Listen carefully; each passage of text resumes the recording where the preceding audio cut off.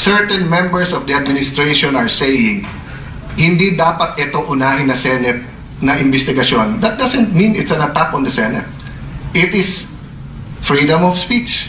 It is simply saying, sa laki ng problema at dami ng problema, siguro, i-monitor natin, oversight sa human rights, pero in the same manner that our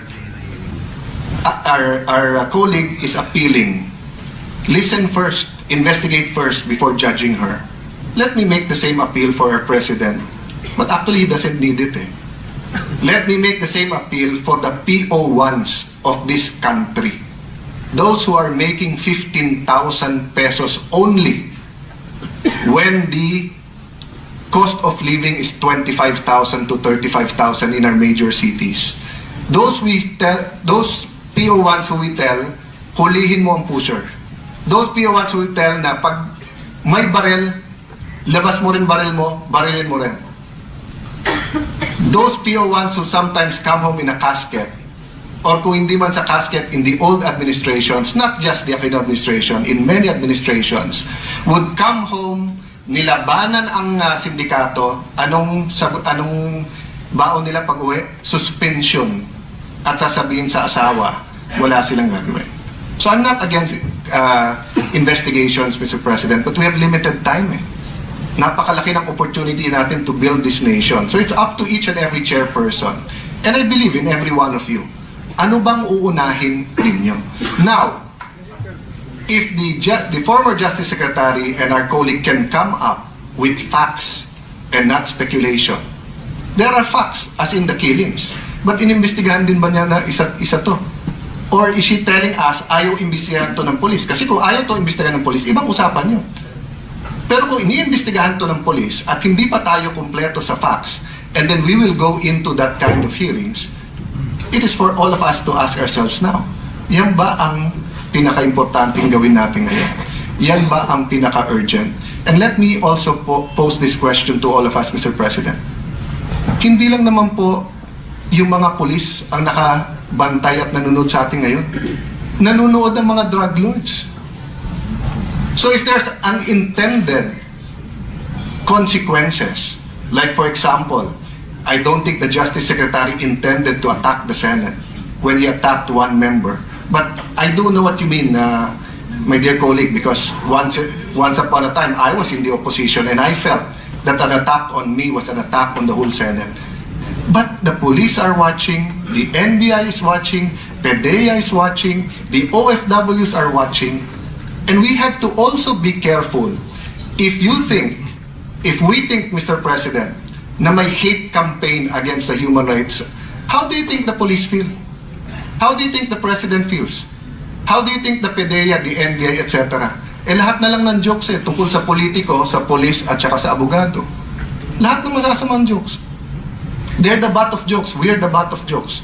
We have all the power and resources for image building, Mr. President. The police does not have this.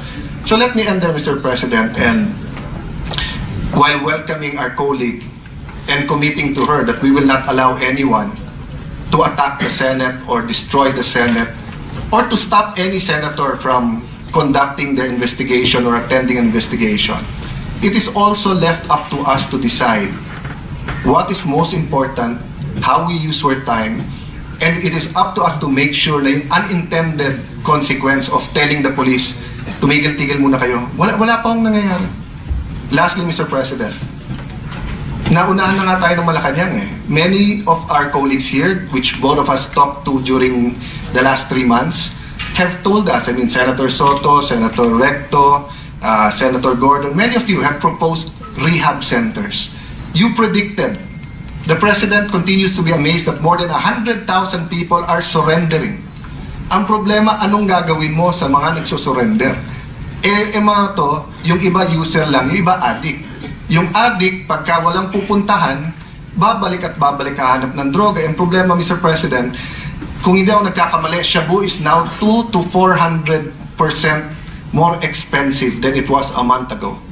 In some places, it's 1,000% more expensive, which is good news in the sense that many people will stop and cannot have money, but it's also bad news because the addicts who are violent will rob, will steal, will try to get money to feed their habit. That's why the rehab centers are also urgent.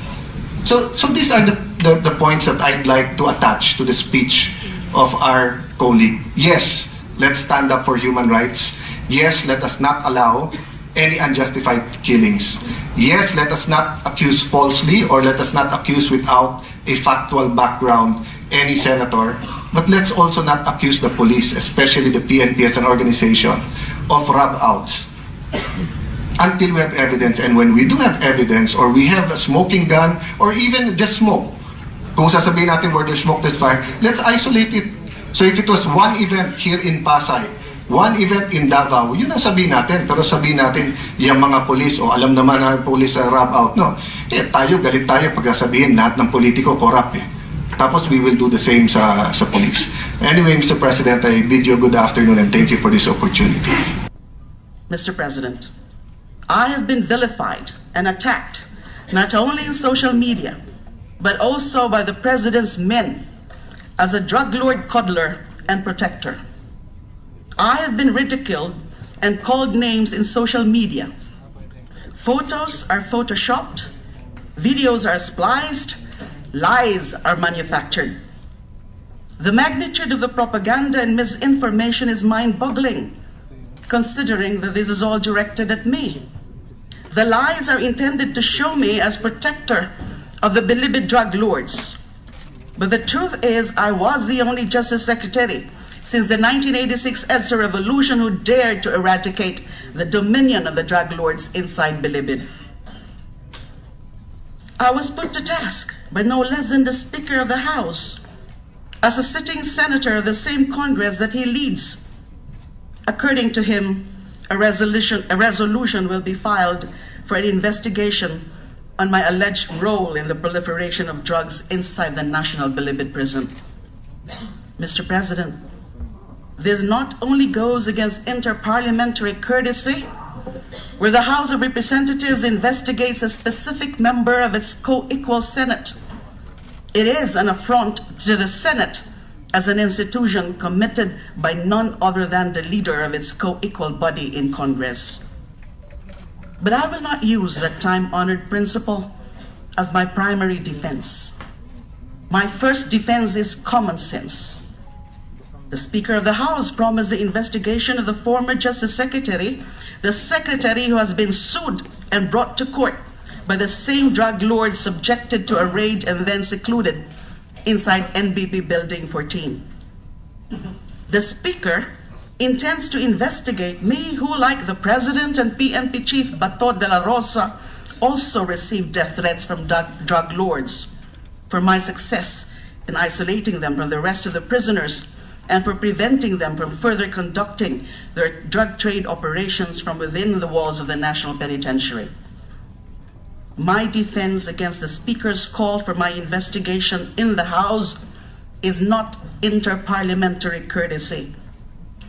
That is your defense, Mr. President, when you defend me as a Senator of the Republic and this Senate as an institution from this blatant break of tradition and courtesy between the two houses, and whenever you decide to demand an end to all this foolishness before it blows up in our faces, as I so respectfully request now, Mr. President. My defense against all this vilification is my untarnished record and reputation as a public servant. Before this demolition job was launched against me, both in the social media and by the Solicitor General. My defense is my selfless dedication as the chairperson of the Commission on Human Rights, as a Secretary of Justice, and now as Senator of the Republic. Unlike the well-oiled social media operation that has been singularly organized to cause my vilification, I have no money. I have no resources.